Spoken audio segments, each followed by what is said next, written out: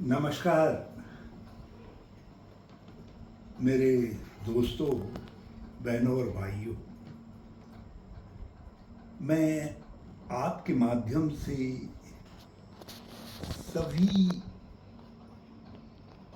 पंचायतों में जीते हुए प्रतिनिधियों, सम्मानित ग्राम प्रधान, सम्मानित क्षेत्र पंचायत सदस्य, सम्मानित जिला पंचायत सदस्य गणों को बहुत बहुत बधाई देता हूँ और उनके मतदाताओं को भी बहुत बहुत बधाई देता हूँ।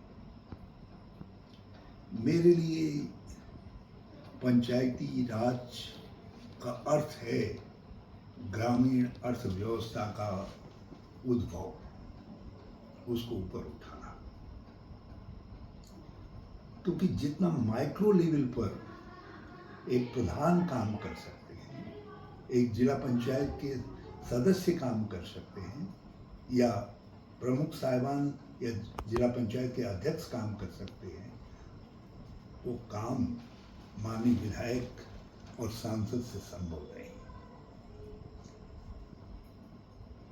इस बार हमारे मतदाता गणों ने एक बहुत विवेकपूर्ण निर्णय लिया है।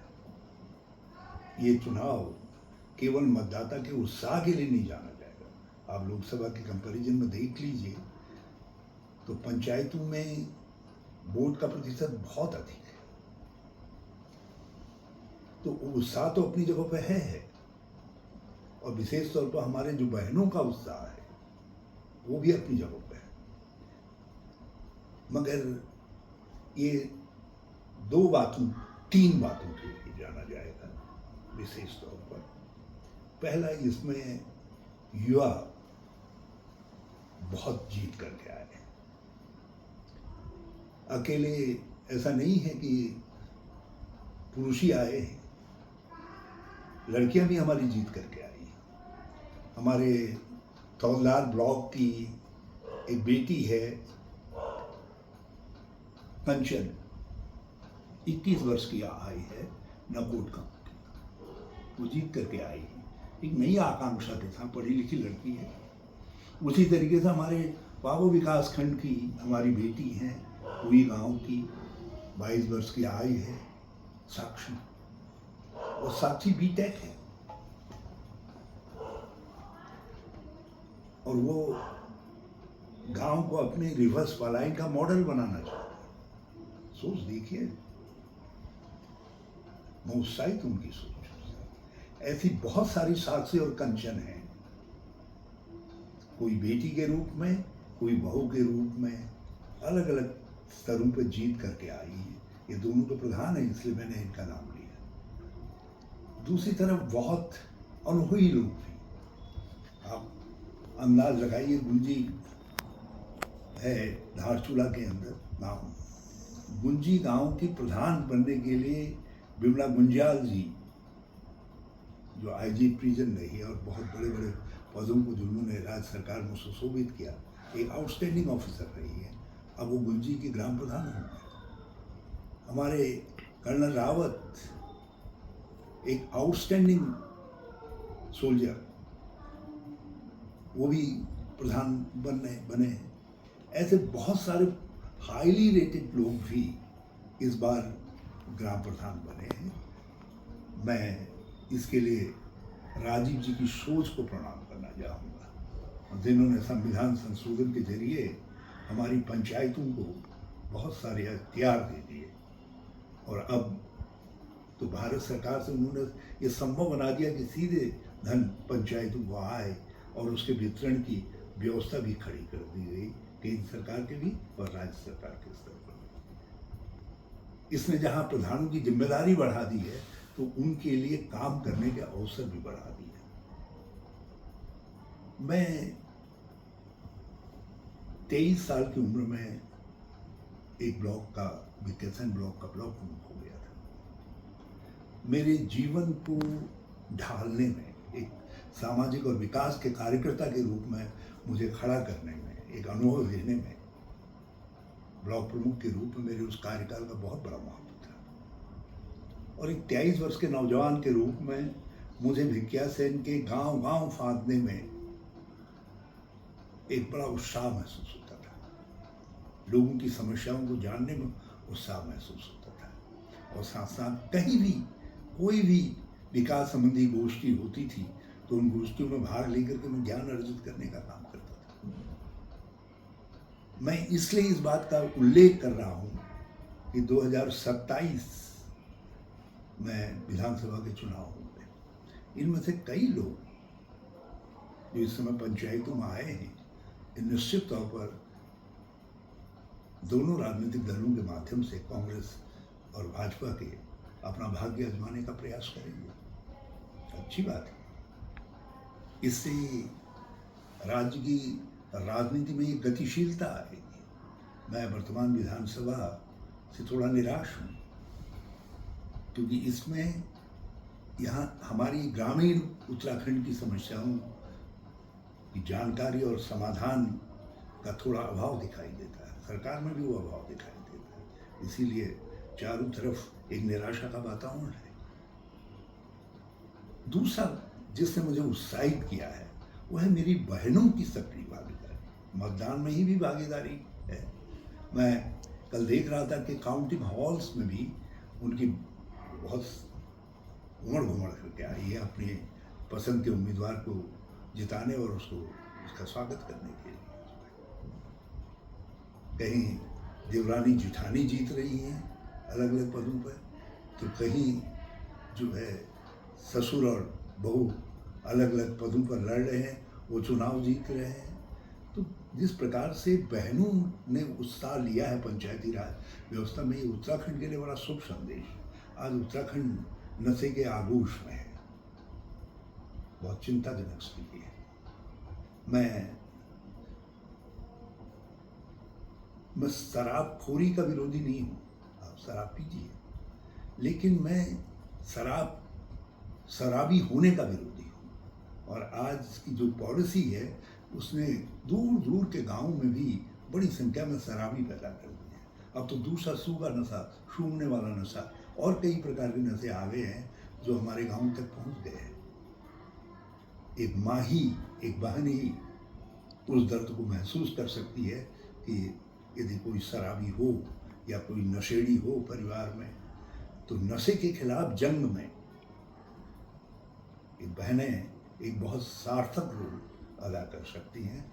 और मेरी बाहें, मेरे पांव फड़फड़ा रहे हैं इस बात के लिए कि मैं नशे के खिलाफ एक मुहिम छेड़ूं, क्योंकि इसको नियंत्रित करना बहुत ज़रूरी है। शराब को भी नियंत्रित करना ज़रूरी है और जो सूखा नशा है उसका तो उन्मूलन करना ज़रूरी है। और उसके लिए प्रशासनिक स्तर पर, पुलिस के स्तर पर और जनता के स्तर पर एक सामंजस्य स्थापित करना आवश्यक है। तो ये दूसरी बात, महिलाओं की बड़ी उपस्थिति, सशक्त उपस्थिति ने मुझे प्रोत्साहित किया है, क्योंकि मुझे मालूम पड़ा है कई जगह महिला, उनके लिए जो आरक्षित सीटें नहीं भी थी, सामान्य सीटों से भी हमारी बहनें जीत करके आई है। तो एक शुभ लक्षण है, ये शुभ लक्षण है। इससे हमारी ग्रामीण समाज सेविकता और राजनीति और विकास में गतिशीलता आएगी और उसमें एक सौहार्दता और गंभीरता भी आएगी।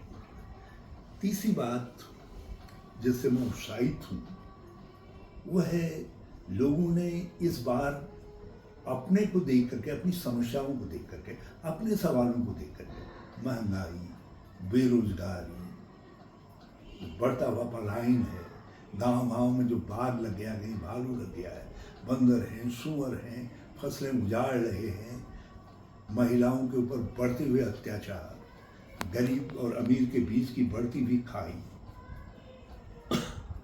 विकास का करीब करीब ठप होना, सड़कों में जगह जगह गड्ढे, बिजली के बढ़ते हुए दाम, कहीं पानी नहीं आ रहा है, कई तरीके की शिक्षा का गिरता हुआ स्तर, हमारे विद्यालय बंद किए जा रहे हैं इस समय, और शिक्षा के स्तर में एक निश्चित गिरावट हमारे ग्रामीण उत्तराखंड में दिखाई दे रही है। चिकित्सा में भी एक निश्चित गिरावट दिखाई दे रही है। बागेश्वर में एक एक्स सोल्जर भटकता रहा अस्पताल और उसके बेटे को कोई इलाज ही नहीं मिल पाया, उसने दम तोड़ दिया, छोटा बच्चा 1.5 साल का बच्चा जो है। तो इस तरीके की स्थिति चिंताजनक है हमारे लिए। इस पर लोगों ने इस बार वोट दिया है, क्योंकि ये बात इससे साबित हो रही है कि सत्ता से जुड़े हुए प्रमुख लोग, उनके विधायकगण, मंत्रीगण, उनके अध्यक्षगण, उनके रिश्तेदार, नातेदार, किसी की पत्नी, किसी की बेटी, किसी का भाई, किसी का कोई बिल्कुल खास व्यक्ति, वो सब को लोगों ने पराजित करके उनको चेतावनी दी है कि हम तुमसे खुश नहीं, हम वर्तमान स्थिति से संतुष्ट नहीं है। तो ये चेतावनी दी है अपने को देख करके, इससे मुझे आगे के लिए उत्साह मिल रहा है एक विपक्ष के रूप में जो है। दूसरी बात इसी के साथ जुड़ी हुई है, लोगों ने विकल्प के रूप में कांग्रेस को देखा है या कहीं होनहार निर्दलियों को देखा है, जो कांग्रेस समर्थित थे या स्थानीय समस्याओं से जुड़े हुए बेहतर लोग थे, उनको अपना समर्थन दिया है और उनको जिताने का काम किया है। अब कई जिलों के अंदर तो स्थिति ये है कि कांग्रेस पहले नंबर पर, दूसरे नंबर पर निर्दलीय, तीसरे नंबर पर भारतीय जनता पार्टी है।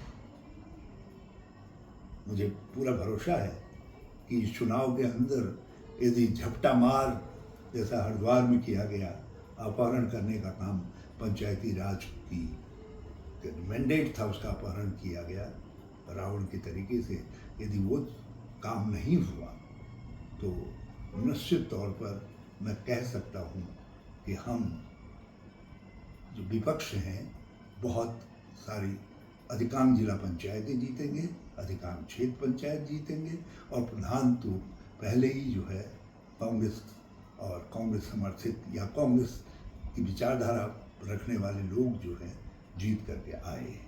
तो ये स्थिति विपक्ष के लिए एक स्तुत्य स्थिति है, जनता के लिए भी स्तुति है। लोकतंत्र दोनों पहियों पर चलता है, दोनों पहियों में बराबर हवा होनी चाहिए। पिछले कुछ समय से लोग लगातार भाजपा को ही शक्ति देने का काम कर रहे थे, कांग्रेस को शक्ति दे नहीं रहे थे। हमारे कार्यकर्ता में राजनीतिक उदासीनता पैदा हो रही थी। इन चुनावों से हमारे कार्यकर्ता के अंदर एक जोश पैदा होगा, और ये जोश एक सशक्त विपक्ष की भूमिका में कांग्रेस को ला करके खड़ा करने का काम करेगा, क्योंकि आपकी आकांक्षाएं, आपके सवाल, आपकी बातें उठाने के लिए भी तो एक विपक्ष और मजबूत विपक्ष चाहिए, और वो काम कांग्रेस करेगी। और हम आपको मैं विश्वास दिलाता हूँ अपनी पार्टी की तरफ से, हमें यदि आपने संरक्षण दिया तो हम 2027 में एक बेहतर विकल्प बन करके भी उभरेंगे, ताकि आपके सामने एक अच्छी चॉइस हो, आपके मतों का आदर हो सके, उसके लिए जो है। तो मैं इस पंचायती राज की पूरी पद्धति को, इस प्रणाली को फिर से प्रणाम करता हूं, और मुझे पूरा विश्वास है कि इस पंचायती राज के चुनाव के बाद उत्तराखंड में पंचायती राज व्यवस्था और मजबूत होगी। आपको मैं याद दिलाता चलूं, 2016 में यह हमारी सरकार थी जिसने पंचायती राज का एक्ट बनाने का काम किया था। 16 साल बाद हमने आपको पंचायती राज का एक्ट दिया था। इस समय बड़ी तकलीफ इस बात की हुई है, उस एक्ट की कई मामलों में उसका वायलेशन हुआ है। जिन अधिकारियों ने, जिन कर्मचारियों ने ये काम सत्ता के इशारे पे किया है, मैं उनको कहना चाहता हूँ कि इस गलती को आप बार बार न दोहराइए। लोकतंत्र में परिवर्तन होते रहते हैं। आप लोकतंत्र दलीय निष्ठा से नहीं चलता है, आपको कानून के साथ आपकी निष्ठा होनी चाहिए, व्यवस्था के साथ आपकी निष्ठा होनी चाहिए, उससे संचालित होता है। आज भी कई प्रश्न अनुत्तरित हैं। आरक्षण का जो रोस्टर था उसको गड़बड़ा दिया गया, वो प्रश्न अभी अनुत्तरित है। हमको उम्मीद है कि माननीय हाईकोर्ट उसका संज्ञान लेगा। मुझे उम्मीद है इस बात की कि माननीय हाईकोर्ट इस बात का भी संज्ञान लेगा कि जिन लोगों के नाम 2-2, 3-3 जगह अंकित हैं और वो चुनाव लड़े हैं, उस विषय में भी एक स्पष्ट दिशा निर्देश, क्योंकि हमारा एक्ट कहता है कि 2 जगह जिनके नाम अंकित हैं उनका नामांकन खारिज होगा, लेकिन ऐसा हुआ नहीं है। तो इस विषय में भी माननीय सुप्रीम हाई कोर्ट की स्पष्ट आज्ञा का कि पंचायती सेवकों को प्रतीक्षा है। तो पंचायती राज का एक पुराना सेवक एक बार फिर आप सब को प्रणाम करता है और जय पंचायती राज, जय उत्तराखंड।